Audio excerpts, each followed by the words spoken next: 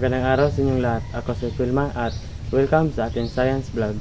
Ngayon, pag-uusapan natin ang isang mahalagang puno, ang mahogany.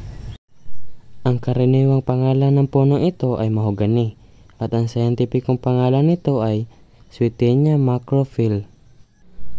Ang mahogany ay isang matangkad at mabilis lumaking puno. Umaabot ito ng hanggang 60 metros ang taas. Mayroon itong makinis at mamulang barkong kahoy. Ang mga dahon nito ay pahaba at parang balahibo ang ayos. Namumunga ito ng matitigas na pads na kusang nabubuksan kapag hinog na. Karaniwang makikita ang puno ng mahogany sa mga tropikal na lugar gaya ng Pilipinas.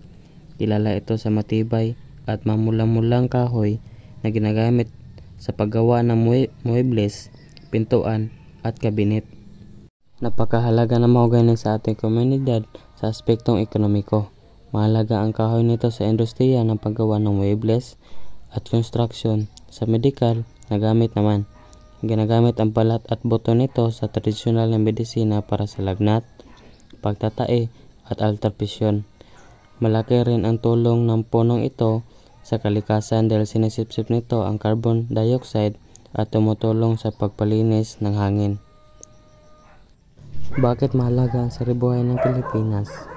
Mahalaga ang saribuhay ng Pilipinas dahil dito natin kinukuha ang ating pagkain, gamot, malinis na hangin at tubig. Tumutulong din ito na protektahan tayo laban sa epekto ng climate change at mga sakuna. Ang Pilipinas ay tahanan ng maraming hayop at halaman na hindi natin matatagpuan sa ibang bansa.